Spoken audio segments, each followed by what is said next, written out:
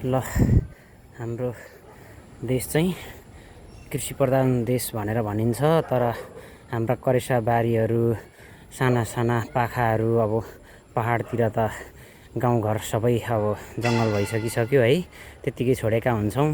अब हामीले चाहिँ यसो सानो करेसा बारीलाई अब चट्ट हिउँदे तरकारी खेती गर्नको लागि भनेर अर्ग्यानिक फलाएर खानलाई करेसा बारी खनियो।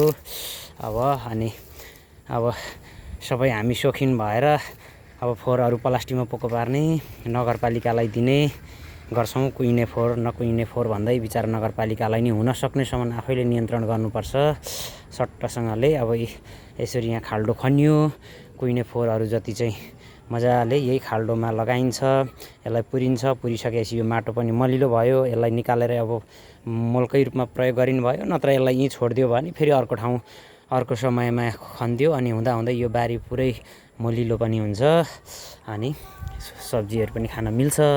ल है गाइज, अब फाइनल्ली मैले चाहिँ सब्जी खेतीको लागि अब सुरु गरेँ।